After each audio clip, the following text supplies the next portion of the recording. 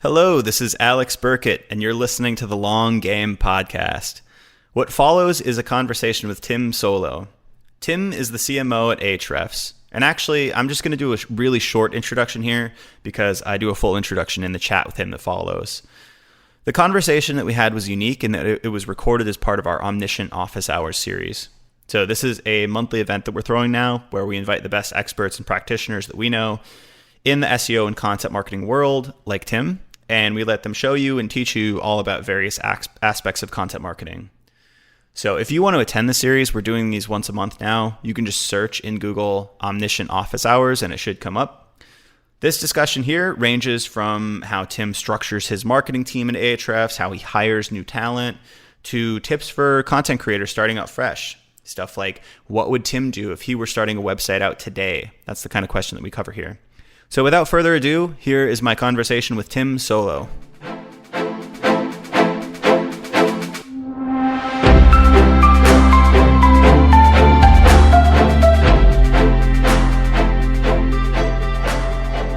Tim Soulo is the Chief Marketing Officer and Product Advisor at Ahrefs, an industry-leading SEO tool powered by big data. With almost 10 years of practical experience in SEO and digital marketing, Tim eagerly shares his knowledge by giving live talks at various digital marketing conferences around the world and publishing blog articles at Ahrefs blog. That's what his website says. Anyway, I know Tim because I'm a huge fanboy of everything Ahrefs. Of course, the tool itself, which I've used at all of my companies, at CXL, at HubSpot, now at Omniscient. Its rich feature set, but also the fact that I feel like Ahrefs has been one of the true and honest product-led growth companies and has done product-led content in a way that I've not seen almost any other company do, at least at that level. So for Ahrefs, it's not just a buzzword, and I've learned a ton from that approach. I also think that Tim has been an unequivocally good voice in the SEO industry, speaking honestly throughout his blog posts, tweets, talks, etc. So he's clearly been a leading educator in the market and has influenced and taught tons of us about SEO, yours truly included. So let's chat. Tim, what's an average day at Ahrefs look like for you? What do you do? Hey, Alex. Thanks a lot for inviting, first of all, and thanks a lot for a great intro. You've made my day and probably even made my week with so many kind words about me. So what's the day like? Currently, we're in the process of hiring. We need to expand our marketing team.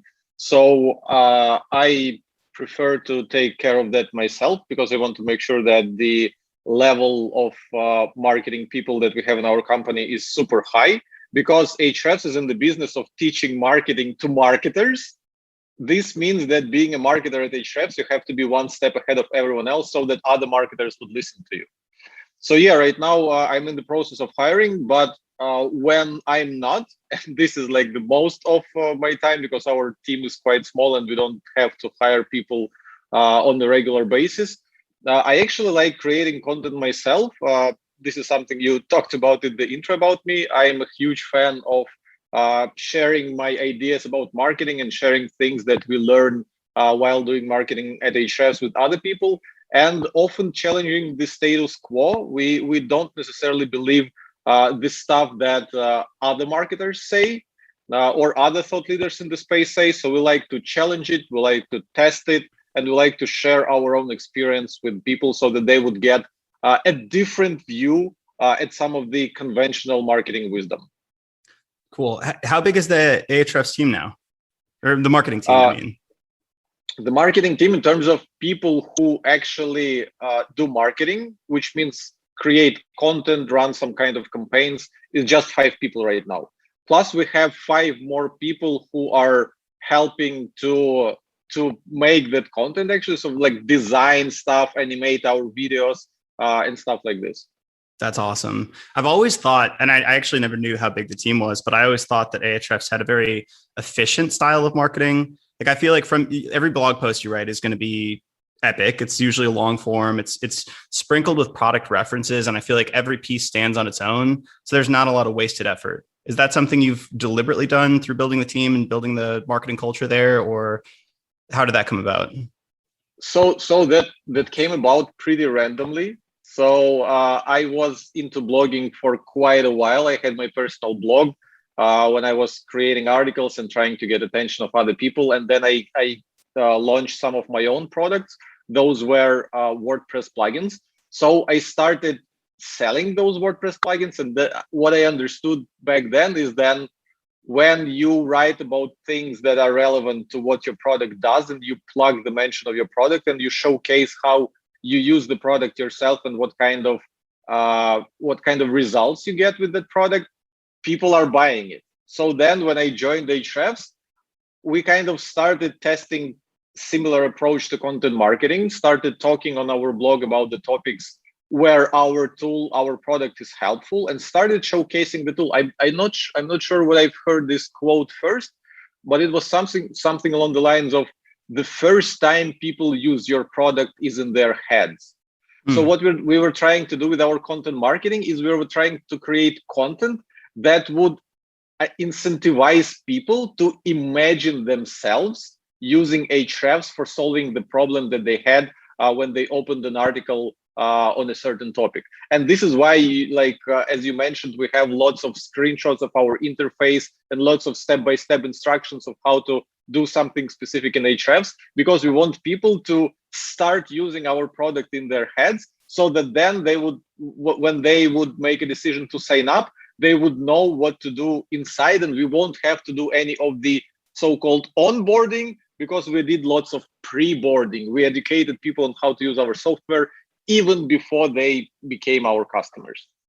It's funny because it seems like in the marketing space, I don't know if this is changing, and maybe you could tell me this, but it seems like in the past, there was this view that like, if you mention your product in the content, that's being like salesy or pushy or something. But it's like, no, you're educating people. One, you're doing it for a business function. You want it to like have ROI, but you're educating people on the product and in the kind of like niche that you're talking about anyway.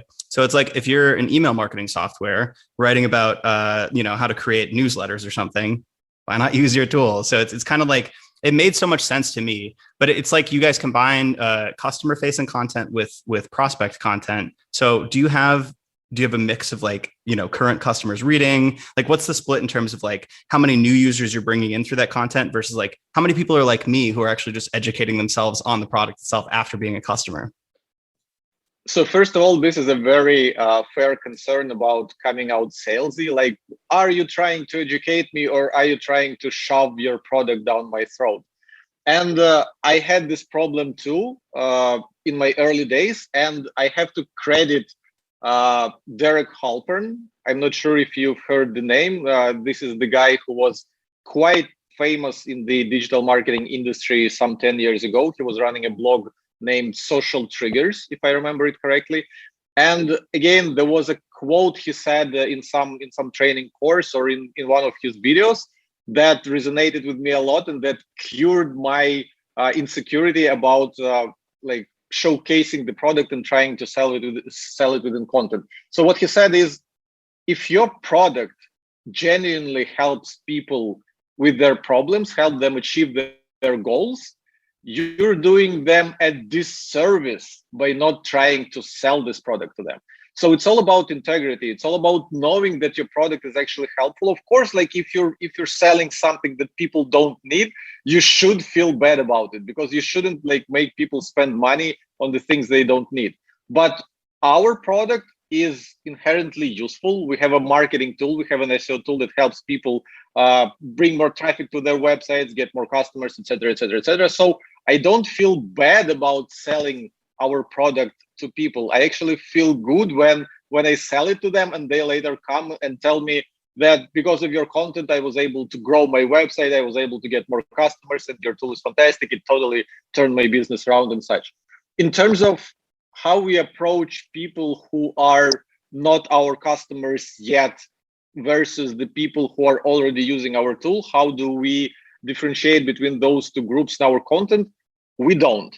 I don't see why we should, actually, because those two groups of people, they might have like, there's a variety of problems that our software helps solve. Like we are a software for SEO, and the SEO has lots of little bits to it. It's like about creating content, optimizing your pages, fixing technical issues on your website, spying on your competitors, blah, blah, blah. There are tons of little things that you need to understand how to do in order to succeed.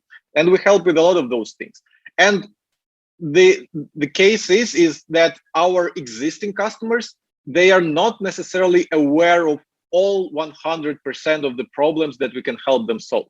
Same with people who are prospective customers. So it doesn't matter if you're already using Ahrefs or if you're thinking to use it or if you're looking for some SEO tool to help you with your website. Our strategy is to be discoverable. So whether you are our customer or you aren't our customer, if you search in Google or YouTube for something like how do I do link building, how to do SEO audit, how to do proper email outreach, blah, blah, blah, we want to be there for you. We want to be ranking at the top. So you would be able to find us. And we also want to build a brand and credibility where people wouldn't even go to YouTube to search for those things, but they would actually search on our YouTube channel or on our blog for those things. And we have like lots of educational materials. We have some courses. So we try to do both things. We try to be discoverable when people need us, and we try to build a brand where people would go to us in the first place and search if we have an article about this already. So I do that with your blog, and I think that's an admirable goal because we used to aim for that at CXL as well. The big goal was basically direct traffic, somebody coming in and searching like cxl.com and then searching on the blog search for the specific topic because they inherently know that if we wrote about it, it's going to be a good piece. So it sounds like you guys took that same frame. Yeah. So when you're ideating topics, does that come from a keyword or does that come from a customer pain point? How does a blog post get created in that kind of framework? So 90% of our content strategy is based on keywords. So we do keyword research. We look at what kinds of things people are searching for in Google. What is the popularity of those things? Like what is the potential search traffic that we would be able to get if we would create content for it and rank at the top? And what is the potential to showcase our product while addressing the issue, while talking about the topic? And based basically on those three things, like what's the popularity of the search query, what's the difficulty of ranking, like who are the competitors, would it be easy or hard to rank there, and what is the business potential for us to showcase how awesome our product is and how easily it helps you solve the problem. This is how we prioritize the content, the stuff that we write about on our blog. And the remaining 10%, so this is 90% of our content strategy. We want to be discoverable, and whenever people search for relevant things to what our software does, we want to be ranking at the top. We want to get that free search traffic to ourselves. And then 10% is we're trying to build our authority and credibility as thought leaders in the space, which means that we want to talk about topics that no one is necessarily searching for, but should we write about them and should we give people some unique perspective, unique insights? And usually those are data studies. So we would crunch the data that we have at Ahrefs and we would show our insights to people. So this is not something people would search for, but when they see it on social media, it just blows up via word of mouth. People start talking about our research studies in different Slack groups and Facebook groups. They discuss them on Reddit, etc., etc. So yeah, most of the time we try to address search queries, but sometimes if we have unique ideas of our own that we think that our community or our market would appreciate and help us position ourselves as thought leaders in the space, we would also pursue those ideas. So that's awesome because we have a framework at Omniscient we call the barbell strategy from Nassim Taleb. So it's basically you put most of your portfolio allocation like stable, predictable assets. So that's what I consider, keyword driven content, with a certain degree of accuracy, how much traffic you're going to get for it if you rank for it. But then that doesn't leave serendipity. That doesn't leave the unknown, the upside from potentially topics that could go viral or could get a bunch of backlinks.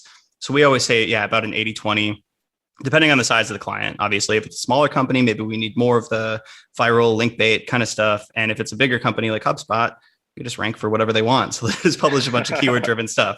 So it depends. But I love that portfolio allocation model. On the SEO driven side, do you actually map out the specific features of your product that you want to outline in those posts? Like, I don't know if you use content briefs or a roadmap or anything like that. Do you have like a column where you're like, all right, top pages or, organic keywords, or like, do you specifically outline that stuff, or is the marketer, is it their job to sort of know that and take it on their own? Yeah. It happens naturally. So this is why at the beginning of our conversation, I said that we're in the process of hiring marketers, and this is a very hard thing for me to do because the people who create content at Ahrefs are extremely knowledgeable and extremely experienced, and they should know our platform in and out, and they should be able to themselves come up with unique ideas of how to use our software for solving some problems. So whenever I read some of the content that my fellow colleagues publish on our blog, sometimes they come up with tactics and strategies that I wouldn't think of. So it's not that we have like a group of people who is responsible for coming up with use cases, and then we have a group of people who is responsible for writing articles and shoehorning those use cases into those articles. No, it happens quite naturally. So the person, our team members, they pick their own topics. So again, it's not that we have like a senior, I don't know, strategist or blah blah blah, who picks topics for so-called writers, and they have to write some article on the topic. No, people, the members of our marketing department, they pick topics for themselves based on what they feel confident talking about. So if they have a lot of experience, if they have unique perspective, or if this is the topic they want to research, talk to other people and do some experiments, they would pick this topic, and our head of content, Josh, would approve it and help them like make the most of it. And then it is up to them to come up with examples of how to use Ahrefs, how to use our product for solving the problems that they talk about in the article. And of course, because we have a few circles of peer feedback, so we show our content to each other. Whenever I'm writing articles, I show them to some of the people in our marketing department, and we get each other feedback. And like, as they say, two heads is always better than one. So when you ask other people for feedback, they might also help you to come up with unique perspectives of how our tool can be better showcased within content. I love that. That seems like a real secret to me, to the Ahrefs marketing machine, is that everybody's a marketer and can write well, but they're also a product expert. That's something that I aspired to at CXL when I was writing articles on A/B testing your data. Like, I should probably be able to use Google Analytics if I'm writing about it. Or I should probably have run an A/B test if I'm going to write an article on how to run an A/B test. And it seems like you guys bake that into the hiring process, probably the training process, and into the high expectations that you have for the work product once somebody's hired.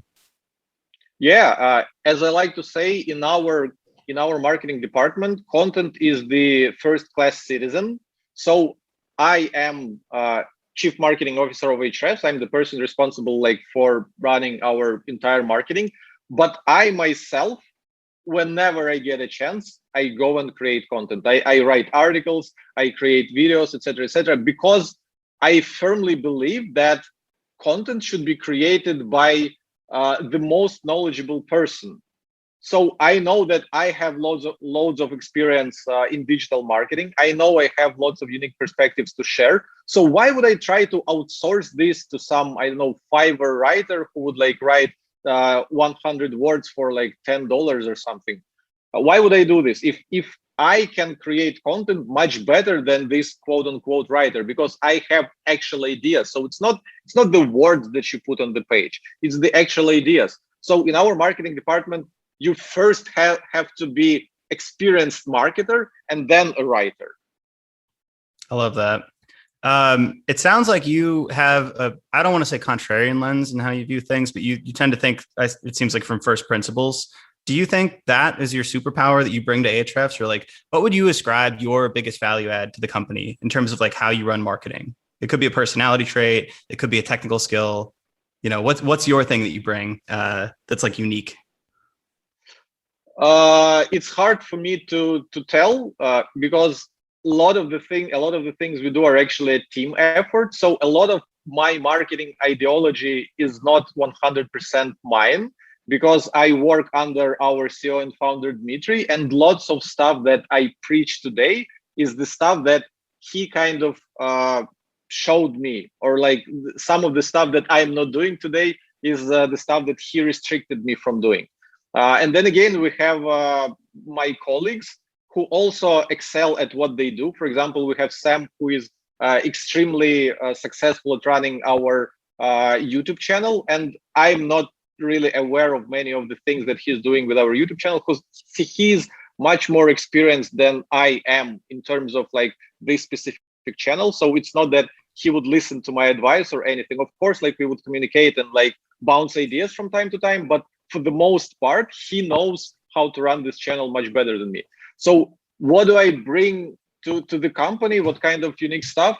I think it's hard to pinpoint. The way I see it is probably like a constant stream of interesting ideas that we can work on.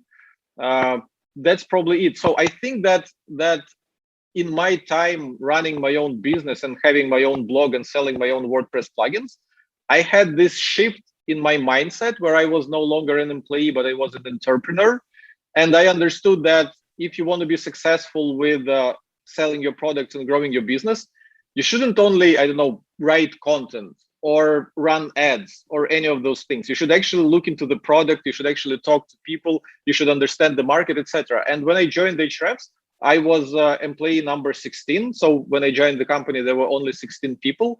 Right now, there's about 70. That's 70.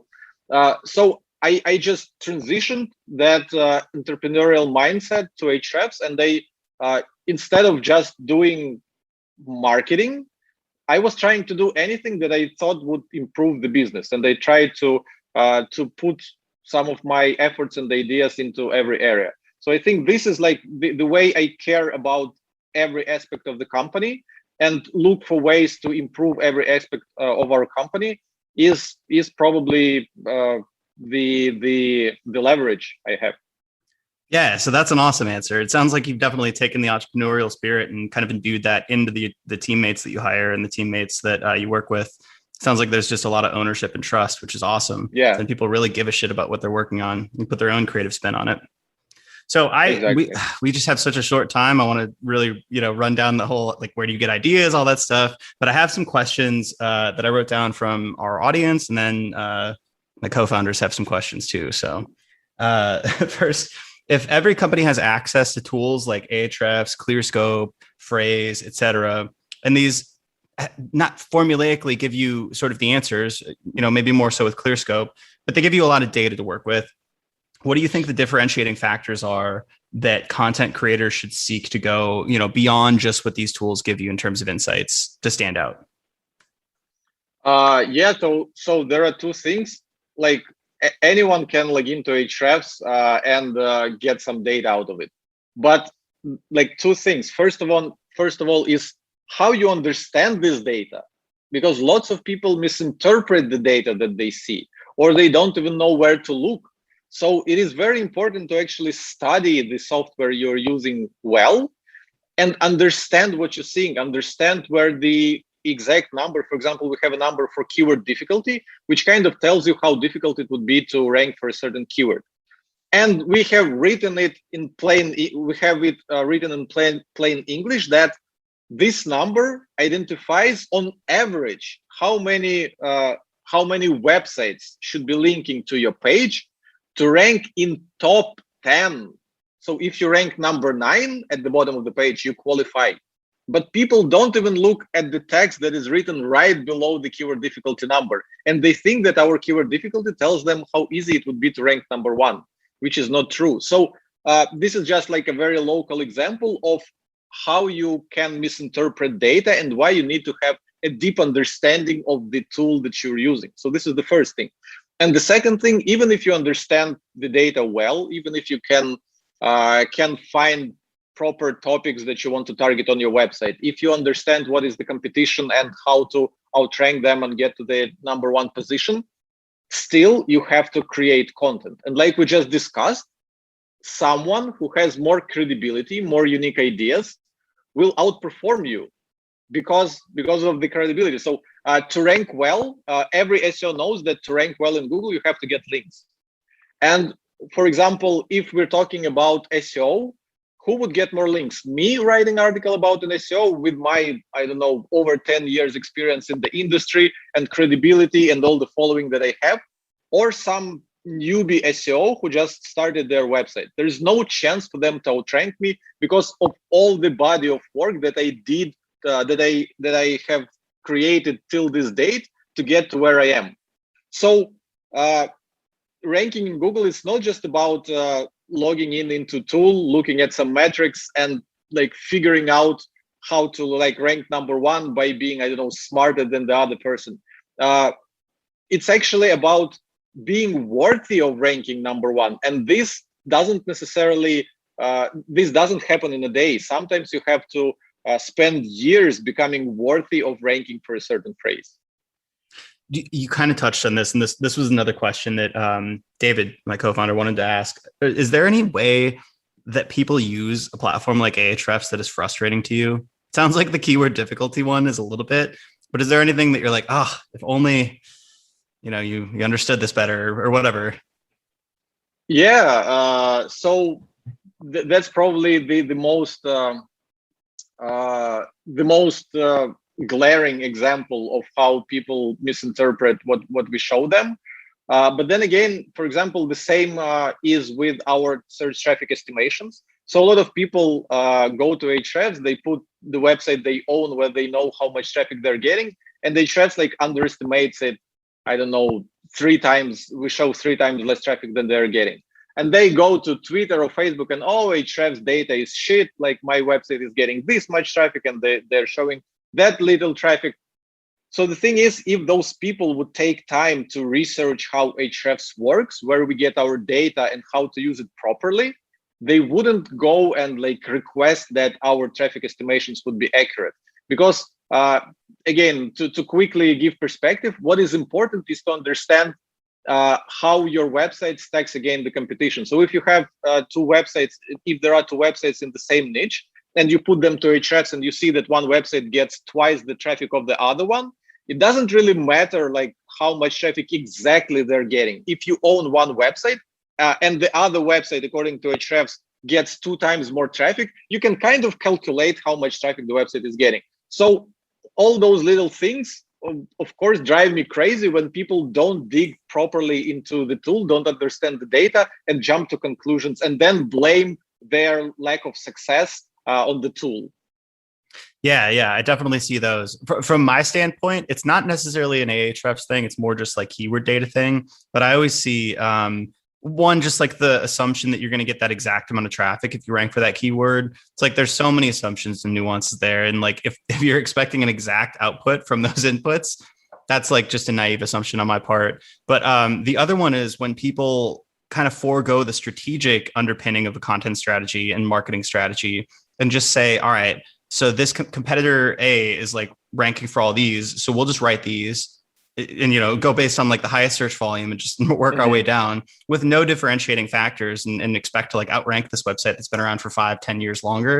And it's like, no, you have to have something unique to say. You can't just write the same thing in like a slightly crappier version. Exactly. Yeah. Do you have 3 to 5 kind of favorite underrated features of Ahrefs? We actually have a dedicated page where we list 8, I think it's 8 unique features of Ahrefs. Some of the things that you can only do in Ahrefs because of like the unique data that we have and the unique functionality that we have. It's located at ahrefs.com/vs, like versus. So if people would go there, they would see like 8 examples of use cases that are only available in Ahrefs, and they're pretty cool. I love that. That's again like the product-led content. I feel like I always go to the blog and like find new ways to use the tool, which is awesome. If you were starting a website or starting a business from scratch, how would you approach content in 2021? I would go for authority. So if I wanted to build a long-term business, a website that would work well like 10 years from now, I would only start it in the industry that I'm genuinely interested in and where I want to become an expert myself and probably build a personal brand or something like this. Because unless I actually tried starting websites in the industries that I'm not interested in, and I thought that my knowledge of SEO and some like, I don't know, link building tactics or how to create content or how to create content for like cheap and how to like design your website better, how to improve conversion rate optimization and all that. I thought that it would be enough for me to create a website and rank it well in Google. No, it didn't happen. I don't even have the motivation to work on the website where I'm not interested in the topic. And then I was recently helping my friend so my friend asked me for ideas on how to make some side income, and he's a fitness enthusiast. And so I thought, whoa, so you know a lot about fitness, you know about nutrition, you're studying CrossFit, you know, like different exercises, blah, blah, blah, blah, blah, blah.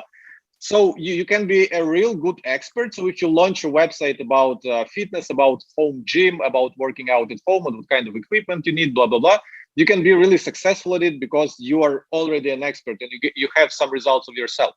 So, and I advised it because I thought that the industry is dominated by people like myself, like SEO professionals who know how to do this stuff, but don't necessarily have the actual knowledge of the industry.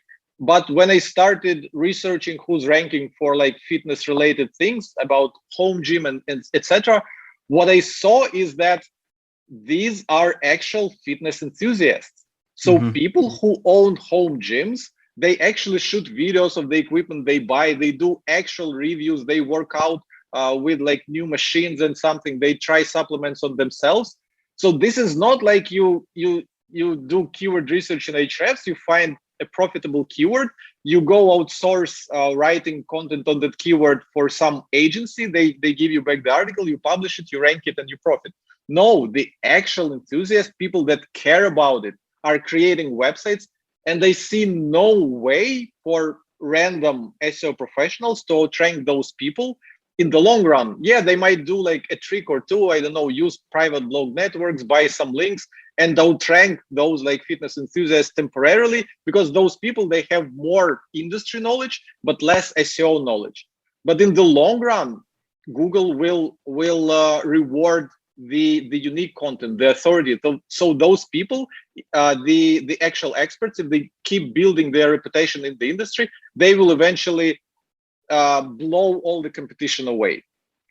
Yeah, the fitness thing is really interesting because the way I was describing like how I go to Ahrefs for SEO content, the way I do that for CXL, CRO content, I have a blog in mind that I go to for fitness content now. Through the pandemic, you know, I had this goal, I'm gonna get jacked through the quarantine. So I started like researching and going into like, you know, what should my macros be? Like, what should my lifting plan be? And I found this company, Legion Athletics, and it's like clear that they're so authoritative. Like the guy's citing all these studies. He's got, you know, pictures of himself, like doing the workouts and stuff, but it's just so much more trustworthy. So now I usually just type in Legion Athletics and whatever keyword I want to go for, and just read content from there. So if I start a website about fitness, you wouldn't listen to me just because I know how to rank. It's so crowded now. Yeah. So it's like, if you're not the expert, and also your point on like the fun thing, like if it's not like something you're interested in, you kind of lose motivation. That's something huge that I think about with Omniscient. One of our core principles is this should be fun. So it's like, if at any moment we're just like hating our lives and not liking the business, it's like not going to be sustainable. So we had like a little side project. It was a website about kava. Are you familiar with kava? It's like what's that? Alcohol alternative, I suppose. It's kind of like a root. Okay. Yeah. So anyway, there was a lot of like keyword landscape, and we're like, all right, let's see if we can build a little case study for this. We were just starting the agency. We got maybe 10, 12 blog posts in, and they started to rank. It's a very like empty space, but we just didn't have the motivation to continue. So it's like with SEO, with content, I feel like you've just got to have that eye for the long game and realize it's like it's the metaphor. It's like gardening, not hunting. Yes, exactly. It takes a long time. All right. Well, I think we're basically at time. So this was awesome. Thank you so much for doing this. And then just before we go, did you want to say any last words, or, you know, give your website or anywhere people can visit you online? If people want to engage with me and be up to date with what I'm up to, they can follow me on Twitter at Tim Soulo. I'm quite active there, and I usually like to communicate with the audience. So it's not that I kind of bestow my knowledge on people all the time. Now, I actually ask a lot of questions, and I'm looking for different perspectives. I like to argue with people in a respectful way, of course, because sometimes I can be wrong as well. And I'm very open to people teaching me something and showing me something where I was wrong. So yeah, if someone is interested to be in contact with me, Twitter is the best place. Awesome. Sounds good. Well, thank you. Thanks a lot for inviting.